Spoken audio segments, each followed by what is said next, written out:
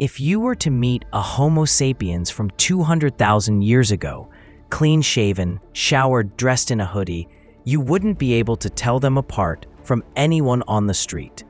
Biologically, they were fully modern humans. Large brains, body structure like ours, eyes that observed, hands that crafted, and vocal cords capable of complex speech. And yet, they did almost nothing.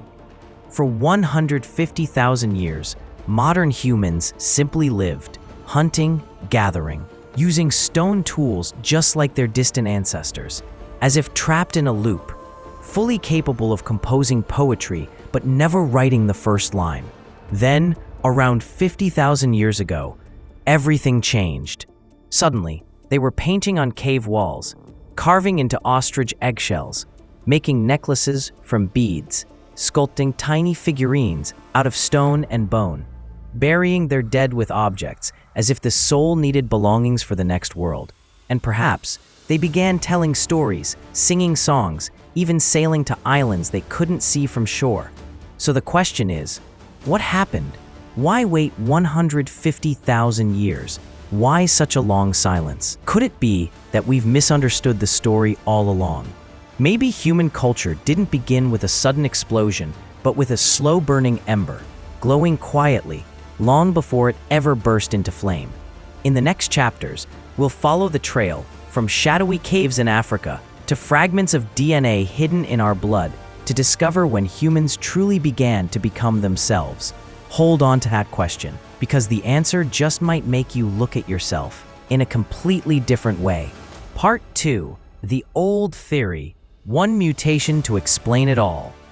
There was once a theory that sounded incredibly convincing.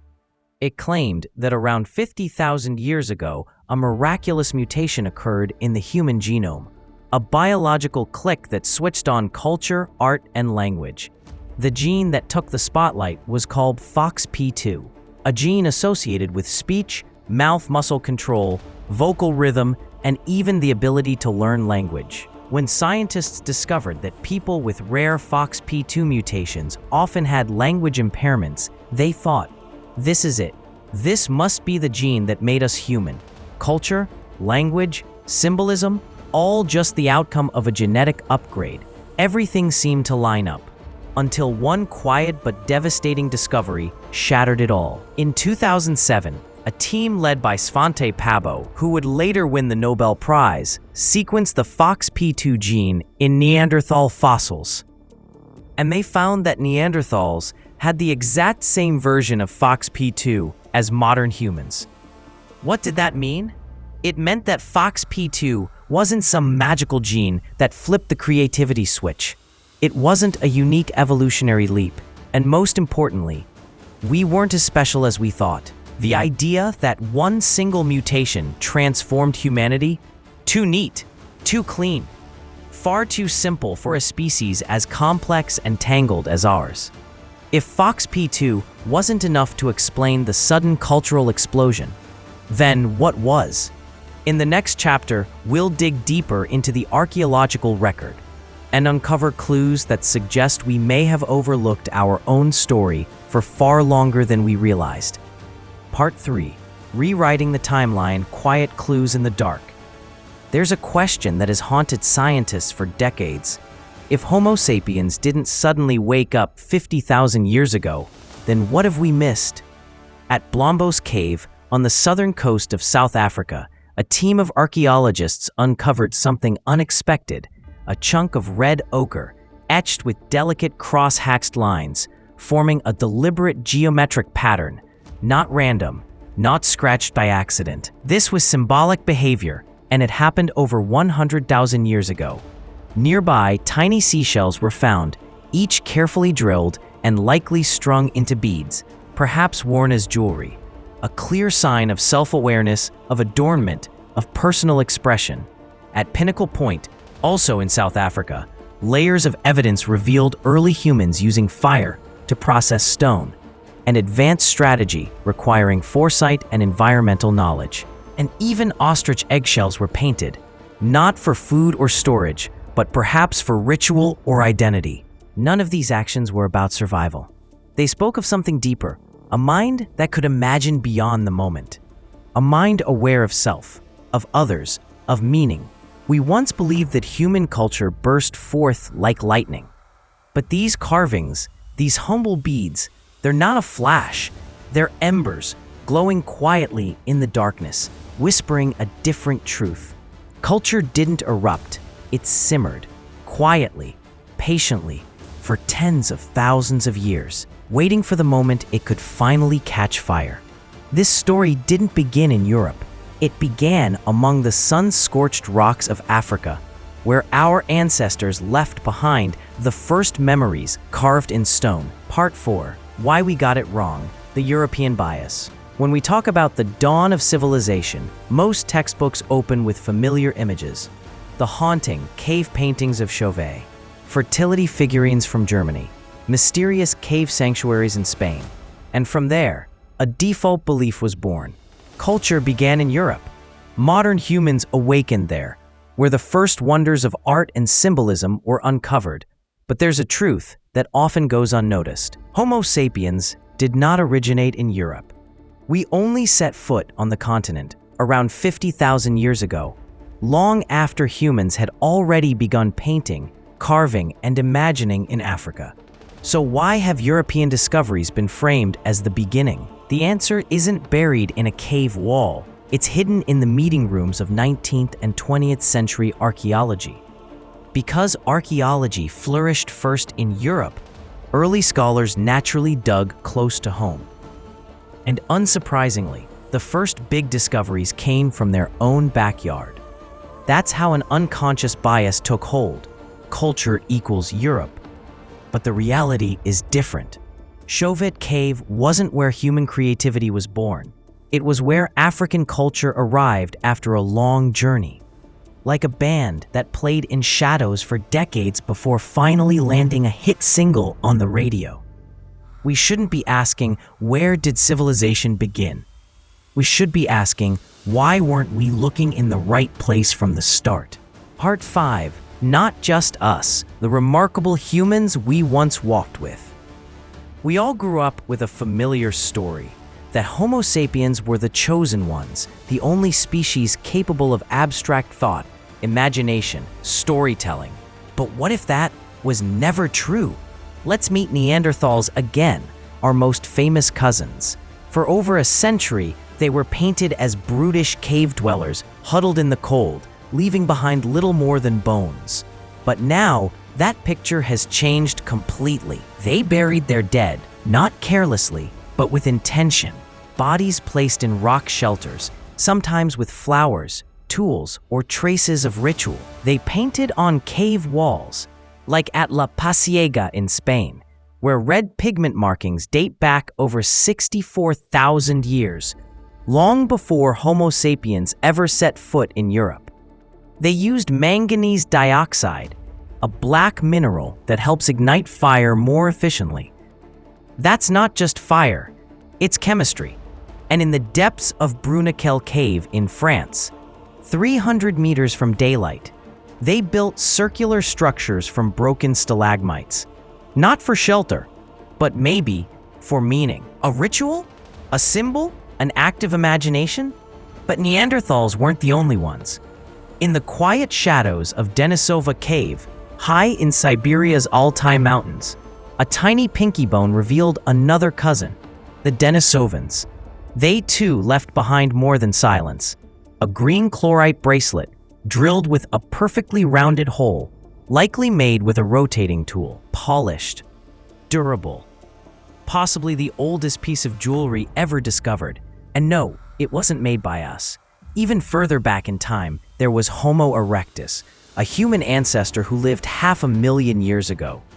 In Java, they left behind freshwater mussel shells etched with geometric patterns. Not random scratches, but intentional lines, purposeful design. From darkness and dust, these other humans are speaking. And what they say is powerful. We dreamed too, we imagined, we were human. Part 6, the issue wasn't intelligence, it was scale. We tend to believe that all it takes is one great idea, one brilliant mind, and the world changes. But in the reality of evolution, That's not how it works. Intelligence alone is never enough.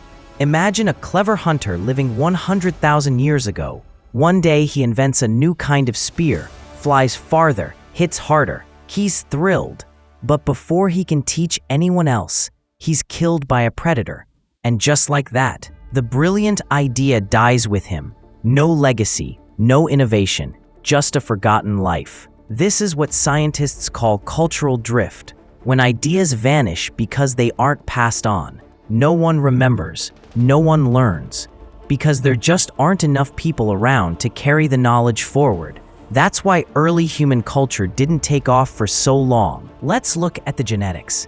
For much of our early history, Homo sapiens may have numbered only a few thousand individuals across the globe.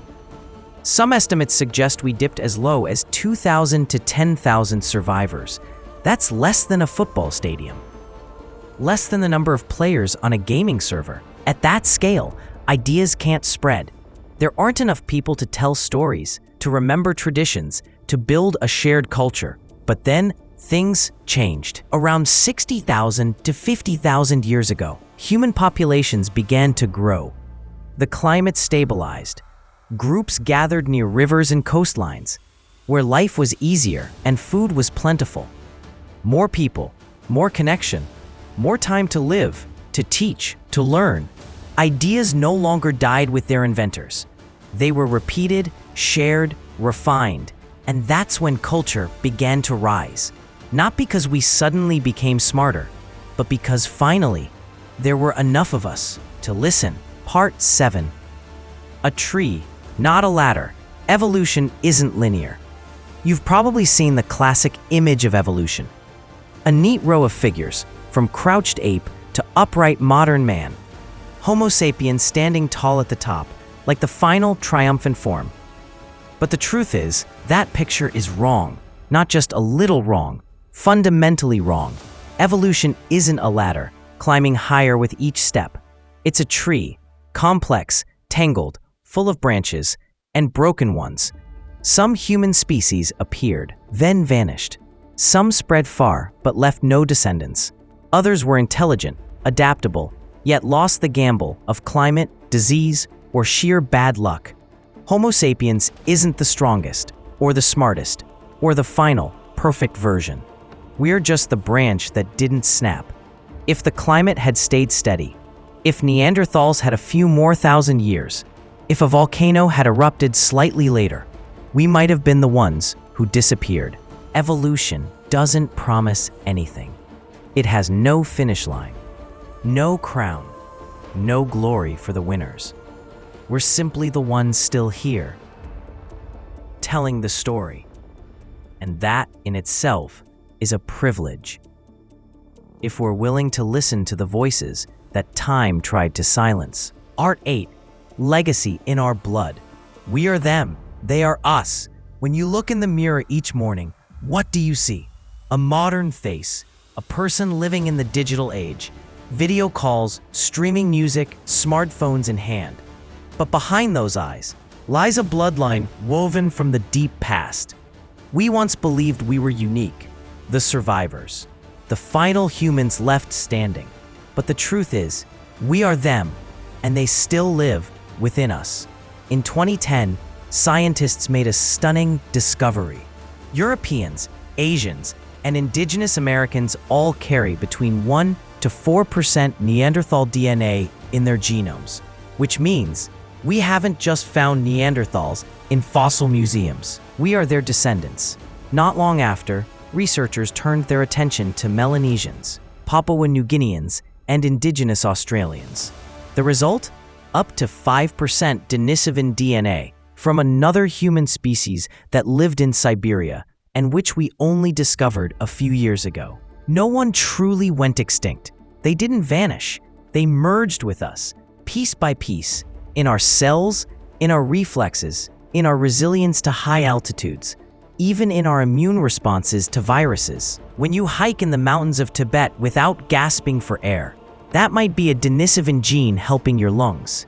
When you have a stronger jawbone than others, that could be a Neanderthal gift passed down through time. This legacy isn't written in textbooks.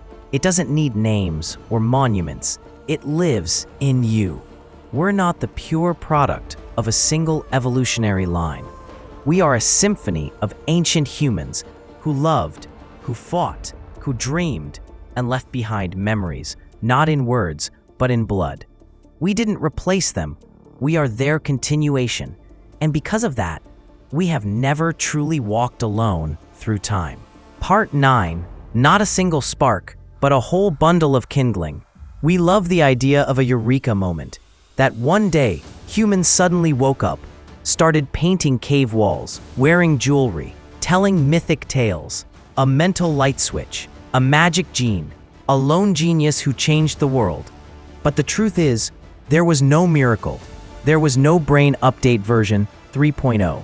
No legendary Monday when all Homo sapiens became artists overnight. No single tribe stepping out of the cave holding the torch of culture. Instead, there was only time, patience, accumulation. One piece of red ochre was etched, one bead was strung, one note of music echoed through a stone corridor, then faded. But if someone remembered, if someone imitated, if someone passed it on, then that tiny flame didn't die. Culture didn't start as a bonfire. It began as embers, flickering quietly in individuals and small groups.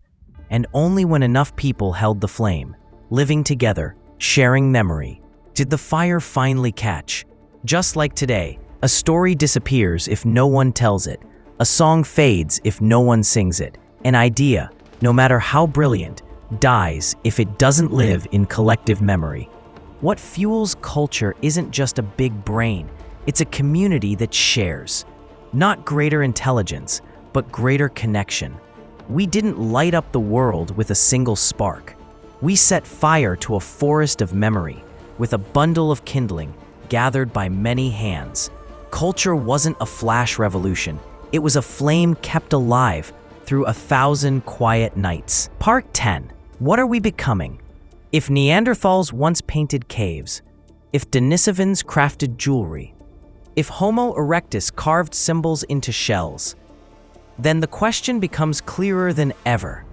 What are we, if not the first to imagine? Maybe we're not the opening chapter, not the pinnacle, not the final conclusion.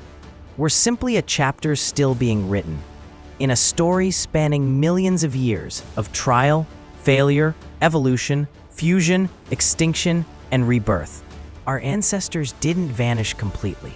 They live on, in our blood, in our genetic memory, in the way we tell stories and keep fire alive. What they once began, we now continue. And today, we're laying the groundwork for those who will come after us. So, what are we becoming? A species obsessed with technology but forgetting its roots? Or a community learning to look back so it can understand what lies ahead? The beautiful truth is, this story isn't over. And you, whether you're sitting at a desk, scrolling your phone, or quietly wondering, you're helping write the next page. We are not the last humans.